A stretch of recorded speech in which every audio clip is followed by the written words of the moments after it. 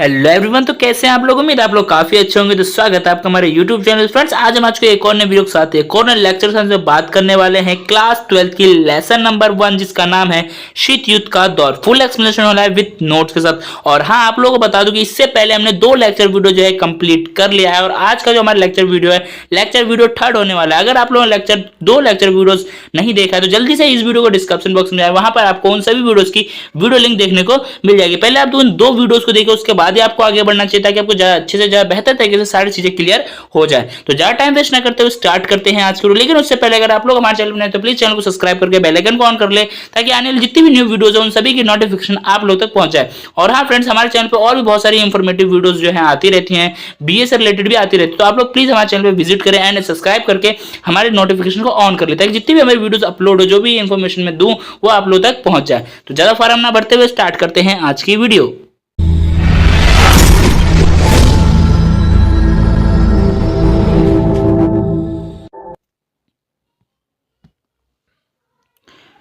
So friends, जैसे कि मैंने बताया आज हम पढ़ने वाले हैं लेसन नंबर 1 का लेक्चर नंबर 3rd, यानी कि 2 लेक्चर वीडियो हमने कंप्लीट कर दिया है। जो भी स्टूडेंट्स, जो भी बच्चे जो हैं हमारे देख के आए 2 लेक्चर वीडियो कंप्लीट करके, तो उनको पता होगा कि उस जो हमारा जो पिछला वीडियो था यानी लेक्चर 2 था उसमें हमने यहाँ तक पढ़ लिया था। और आज का जो हमारा लेक्चर नंबर 3rd है, इस 3rd में आज का जो हमारा फर्स्ट टॉपिक होने वाला है वो होने वाला है 2 ध्रुवीय को चुनौती गुट निरपेक्षता। यानी 2 ध्रुवीयता को चुनौती देने वाली जो गुट निरपेक्षता थी उसने क्या, उसकी क्या जी परिसीमाएं रहने वाली, वो सारी चीजें हम इसमें पढ़ने वाले हैं। ठीक है, 2 ध्रुवीयता की चुनौती गुट निरपेक्षता। ठीक है, डन है इतना? ठीक है, देखो सबसे फर्स्ट पॉइंट हमारा आता है 2 ध्रुवीयता को विश्व में चुनौती, यानी 2 ध्रुवीय जो विश्व था इसको चुनौती कैसे देगा? कौन? गुट निरपेक्षता। ठीक है, शीत युद्ध के कारण से विश्व को 2 प्रतिद्वंदी गुटों में बटा रहा। जो शीत युद्ध चल रहा था उस टाइम पे विश्व था 2 प्रतिद्वंदी गुटों में बटा हुआ था। इसी संदर्भ में गुट निरपेक्षता ने एशिया, अफ्रीका और लातीनी अमेरिका के नव स्वतंत्र देशों को एक तीसरा विकल्प दिया। यह विकल्प था दोनों महाशक्तियों के गुटों से अलग रहना या पृथक रहना। गुट निरपेक्ष आंदोलन की जड़ में यूगोस्लाविया के जोसेफ ब्रांच टिटो, भारत के जवाहरलाल नेहरू और मिस्र के गमल अब्दुल नासिर की मित्रता थी।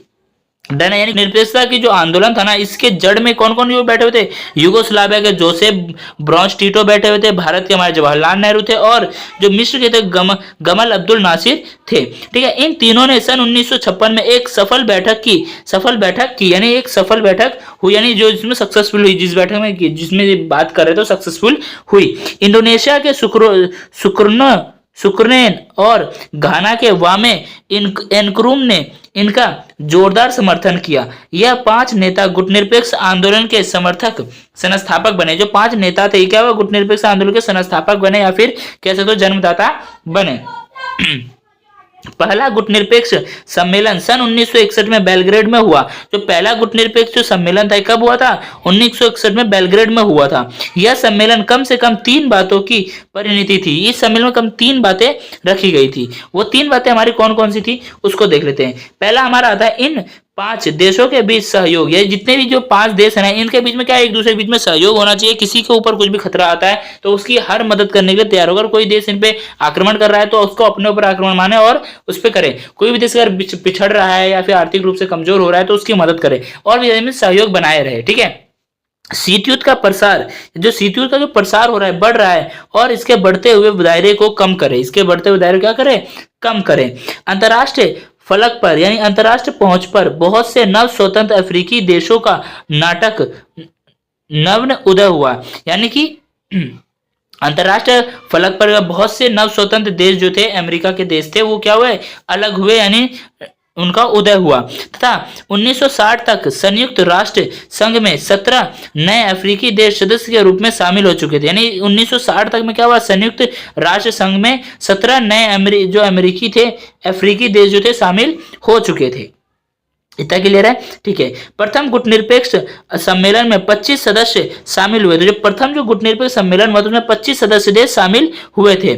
समय बीतने के साथ गुटनिरपेक्ष आंदोलन के सदस्य संख्या बढ़ती गई। समय बीतने के साथ साथ क्या तो जो गुटनिरपेक्ष का जो समय सदस्य थे उनकी संख्या बढ़ती गई। 2006 में हवाना, यानी हवाना कहाँ पर है? क्यूबा में है। ठीक है। इस क्यूबा में 14वें सम्मेलन में 116 सदस्य देश और 15 पर्यवेक्षक देश शामिल थे।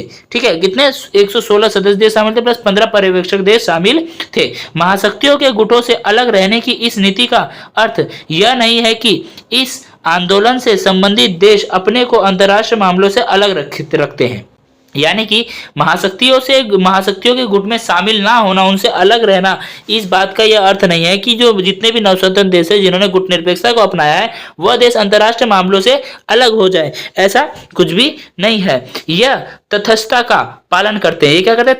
तटस्थता मीन्स क्या होता है? उसमें शामिल तो होंगे, अगर युद्ध हो रहा है तो युद्ध में वो शामिल नहीं होंगे। ठीक है। वो किसी के भी पक्ष में राय नहीं देंगे कि ये गलत कर रहा है तो ये सही कर रहा है, क्योंकि देखो गलत सही कराया देगा तो वो पक्ष में हो गया ना, पक्षपात करना हो गया, तो पक्षपात नहीं करना है। गुटनिरपेक्षता का अर्थ पृथकतावाद नहीं है। जो देखो जो हमारा है ना गुटनिरपेक्षता का अर्थ है वो क्या है? तो तटस्थतावाद है, पृथकतावाद नहीं है। पृथकवाद में अगर हट जाना, पूरा पृथक हो जाना, अलग हो जाना, वैसा नहीं है। इसका क्या है? तटस्थतावाद होना, जो सही है उसके अंडर में रहेगा। ठीक है। और जो गलत है उसके अंडर में भी रहेगा, नहीं कि हाँ इधर से भी हाँ इधर से भी हाँ, उसको कुछ बोलना ही नहीं है किसी के भी पक्ष में। डन है? ठीक है। तटस्थता का अर्थ होता है मुख्यतः युद्ध में शामिल ना होने की नीति, युद्ध में शामिल ना होने की नीति का पालन करना। तटस्थता की नीति का पालन करने वाले देश के लिए यह आवश्यक नहीं है कि वह युद्ध को समाप्त करने में सहायता दे। युद्ध को समाप्त करने में उसको कोई भी सहायता देने की उसको जरूरत नहीं है, जरूरी नहीं है। अगर वो चाहे तो दे सकता है, अदरवाइज कोई जरूरत नहीं है। ऐसे देश युद्ध में संलग्न नहीं होते। ऐसे देश जो युद्ध में क्या होते हैं? संलग्न यानी शामिल नहीं होते हैं, और ना ही युद्ध के सही गलत होने के बारे में उनका कोई पक्ष होता है। जैसे कि मैंने आप लोग स्टार्टिंग में बता दिया, इनकी कोई भी राय नहीं होती कि युद्ध गलत है या फिर सही है। वास्तव में अनेक कारणों से गुटनिरपेक्ष देश, जिसमें भारत भी शामिल है, युद्ध में शामिल हुए हैं। यानी कि बहुत से ऐसे वास्तव में अनेक ऐसे कारण आए हैं जिसमें गुटनिरपेक्ष जो देश है ना जिन्होंने अपना रखा है वो देश भी इसमें युद्ध में शामिल हुए। जैसे भारत है ना, भारत भी युद्ध में कई बार शामिल हुआ है। ठीक है। इन देशों ने दूसरे देशों के बीच युद्ध को होने से टालने के लिए कम काम किया है। ये जो देश है ना इन्होंने क्या किया? युद्ध, दो देशों के बीच में हो रहे युद्ध को टालने का या फिर कम करने का भी कार्य किया है, और हो रहे युद्ध के अंत के लिए प्रयास किया। जो भी युद्ध हो रहा है ना उसके अंत के लिए, उसको खत्म करने के लिए भी इन्होंने प्रयास किया है। इतना क्लियर है? ठीक है। अब आता है नेक्स्ट पॉइंट क्या आता है? नव अंतरराष्ट्रीय आर्थिक व्यवस्था। अब क्या आता है? नव अंतरराष्ट्रीय आर्थिक व्यवस्था। गुटनिरपेक्ष देश शीत युद्ध के दौरान मात्र मध्यस्थ करने वाले देश भर नहीं थे। यानी कि गुटनिरपेक्ष जो देश थे जिन्होंने गुटनिरपेक्षता अपना रखा था वो देश जो थे शीत युद्ध के टाइम पर, शीत युद्ध टाइम पीरियड में मात्र मध्यस्थता, एक देश दूसरे देश के बीच में सिर्फ मित्रता करने की, मध्यस्थता करने में, उनके बीच में युद्ध को कम करने के भर ही काम नहीं कर रहे थे। गुटनिरपेक्ष आंदोलन में शामिल अधिकांश देशों को अल्प विकसित देशों का दर्जा मिला हुआ था। जो भी गुटनिरपेक्ष में शामिल थे ना, गुटनिरपेक्ष की नीति में, उन सभी देशों को उन सभी देशों में क्या था? उनको अल्प विकसित देशों का दर्जा प्राप्त था। इन देशों के सामने मुख्य चुनौती आर्थिक रूप से और आर्थिक विकास करने तथा अपनी जनता को गरीबी से उभरने की थी। इन देशों के सामने सबसे बड़ी चुनौती यह थी कि हमें अपना आर्थिक है उसको, आर्थिक को कैसे सुधारे। ठीक है। आर्थिक विकास कैसे करें तथा जो हमारी जनता है उसको हम गरीबी से कैसे उभारे, जो गरीब है ना उसको कम कैसे करें, गरीबी को कम कैसे किया जा सके। नव स्वतंत्र देशों के लिए स्वतंत्रता के लिहाजे से भी अधिक विकास महत्वपूर्ण था।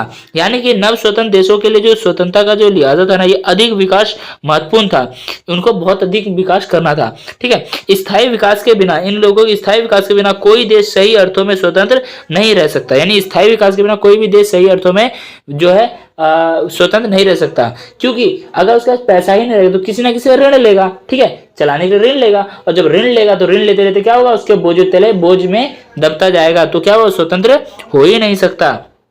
धनी देश पर निर्भर रहना पड़ता है। इसमें क्या है, जब जो ऋण लेगा धनी देशों पर निर्भर रहना पड़ेगा। वह उपनिवेशक भी, उपनिवेश देश भी हो सकता है, यानी कि ये क्या है, जो देश ऋण लेगा ना वो क्या करे, उपनिवेश यानी कोई दूसरा देश उस पर क्या करे, अपना आधिपत्य जमा लेगा या फिर अपना अधिकार कर लेगा। गुटनिरपेक्षता की प्रकृति धीरे धीरे परिवर्तित हुई। जो गुटनिरपेक्षता की जो नीति है ना वो धीरे धीरे क्या हुई, परिवर्तित हुई, और इसमें आर्थिक मुद्दों को अधिक महत्व दिया गया। और इसमें क्या है, आर्थिक जो मुद्दे हैं ना उसको अधिक महत्व दिया गया, यानी आर्थिकता को बढ़ाया जाए, पैसे धनी वाले मुद्दे को बढ़ाया जाए। ठीक है। बेलग्रेड में हुआ प्रथम सम्मेलन, बेलग्रेड में प्रथम सम्मेलन हुआ था 1961 में। आर्थिक मुद्दा अधिक महत्वपूर्ण नहीं था। इसमें क्या, आर्थिक मुद्दा अधिक महत्वपूर्ण नहीं था, जबकि सन 1970 के दशक के मध्य तक आर्थिक मुद्दे प्रमुख हो चुके थे। आर्थिक मुद्दे क्या थे, प्रमुख हो चुके थे। डन है इतना। ठीक है, अब आता है भारत और शीत युद्ध। अब हम देखने वाले भारत और शीत युद्ध में क्या था, भारत को क्या इफेक्ट पड़ा शीत युद्ध से, और शीत युद्ध को क्या इफेक्ट पड़ा भारत से। ठीक है।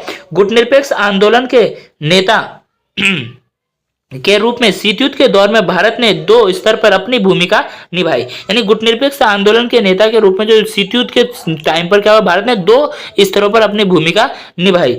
एक और तो भारत ने सजग और यानी सतर्क और सजग सजग रह करके, ठीक है, यानी प्रिपेयर होकर के, प्रिपेयर रूप से अपने को दोनों महाशक्तियों की खेमाबंदी से पृथक रखें, दोनों की खेमा से, गुट से अलग रखा था। दूसरी ओर भारत ने उपनिवेशों के, ठीक है, यानी जो उपनिवेश जो बाहर के लोग थे उनके स्वतंत्र हुए नव स्वतंत्र देशों के महाशक्ति खेमे में जाने का काफी विरोध किया। जो भी लोग महाशक्ति देश में शामिल हो रहे थे ना उनका विरोध कर रहा था कि उसमें आप शामिल ना हो, वो एक टाइम पे वो आपको गुलाम बना लेगा। ऐसा कौन कह रहा था, हमारा भारत कह रहा था।